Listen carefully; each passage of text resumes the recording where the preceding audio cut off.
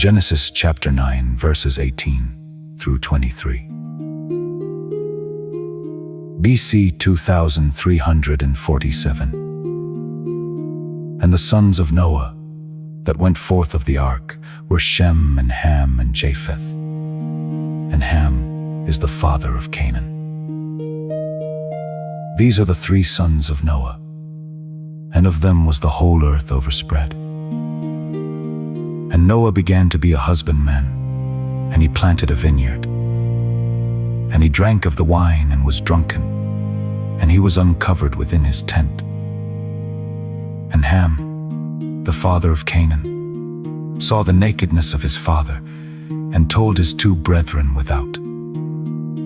And Shem and Japheth took a garment, and laid it upon both their shoulders, and went backward, and covered the nakedness of their father. And their faces were backward, and they saw not their father's nakedness. Here is 1. Noah's family and employment. The names of his sons are again mentioned, as those from whom the whole earth was overspread, by which it appears that Noah, after the flood, had no more children. All the world came from these three. Note, God, when he pleases, can make a little one to become 1,000, and greatly increase the latter end of those whose beginning was small. Such are the power and efficacy of a divine blessing. The business Noah applied himself to was that of a husbandman, Hebrew, a man of the earth, that is, a man dealing in the earth, that kept ground in his hand and occupied it. We are all naturally men of the earth, made of it, living on it, and hastening to it. Many are sinfully so, addicted to earthly things. Noah was by his calling led to trade in the fruits of the earth. He began to be a husbandman, that is, some time after his departure out of the ark. He returned to his old employment, from which he had been diverted by the building of the ark first, and probably afterwards by the building of a house on dry land for himself and family. For this good, while he had been a carpenter. But now he began again to be a husbandman. Observe, though Noah was a great man and a good man, an old man and a rich man, a man greatly favored by heaven and honored on earth, yet he would not live an idle life, nor think the husbandman's calling below him. No, though God by his providence may take us off from our callings for a time, yet when the occasion is over, we ought with humility and industry to apply ourselves to them again, and in the calling wherein we are called, faithfully to abide with God. 1 Corinthians chapter 7, verse 24. To Noah's sin and shame, he planted a vineyard. And when he had gathered his vintage, probably he appointed a day of mirth and feasting in his family, and had his sons and their children with him, to rejoice with him in the increase of his house, as well as in the increase of his vineyard.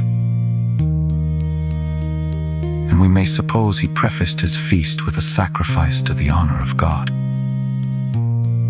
If this was omitted, it was just with God to leave him to himself, that he who did not begin with God might end with the beasts. But we charitably hope that it was not. And perhaps he appointed this feast with a design, at the close of it, to bless his sons, as Isaac. Genesis chapter 27, verses 3 through 4. That I may eat, and that my soul may bless thee.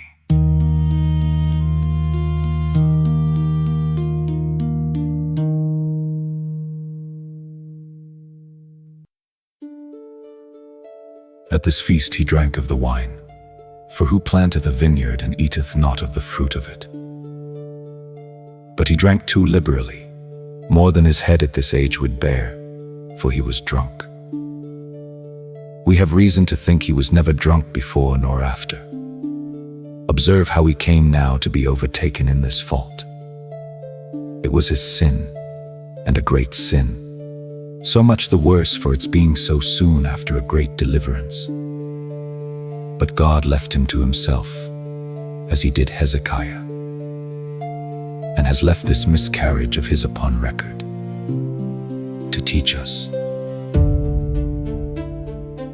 that the fairest copy that ever mere man wrote since the fall had its blots and false strokes. It was said of Noah that he was perfect in his generations.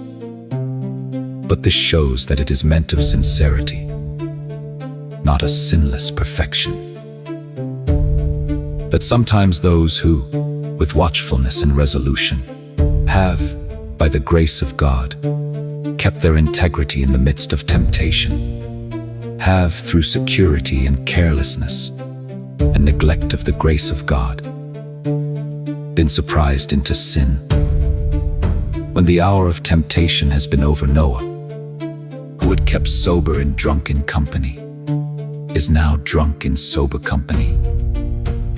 Let him that thinks he stands take heed, that we have need to be very careful when we use God's good creatures plentifully, lest we use them to excess. Christ's disciples must take heed lest at any time their hearts be overcharged. Luke chapter 21 verse 34. Now the consequence of Noah's sin was shame. He was uncovered within his tent, made naked to his shame. As Adam, when he had eaten forbidden fruit, yet Adam sought concealment. Noah is so destitute of thought and reason that he seeks no covering.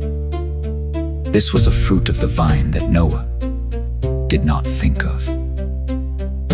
Observe here the great evil of the sin of drunkenness. It discovers men, what infirmities they have.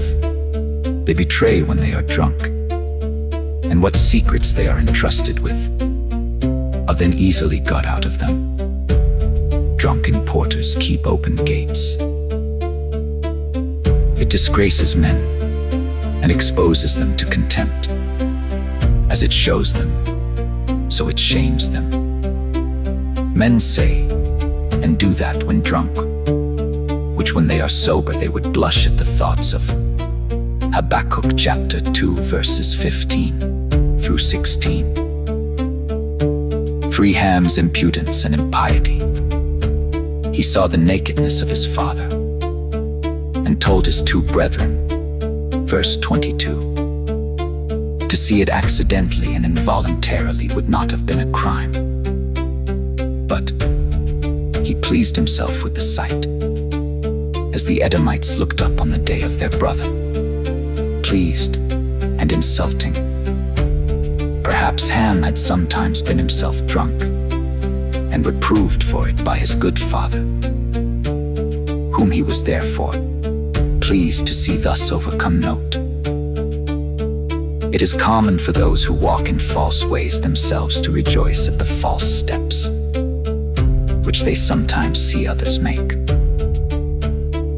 But charity rejoices not in iniquity, nor can true penitents that are sorry for their own sins rejoice in the sins of others. He told his 2 brethren without, in a scornful, deriding manner, that his father might seem vile unto them. It is very wrong to make a jest of sin, and to be puffed up with that for which we should rather mourn. 1 Corinthians chapter 5 verse 2. To publish the faults of any, especially of parents, whom it is our duty to honor. Noah was not only a good man, but had been a good father to him, and this was a most base, disingenuous requital to him for his tenderness.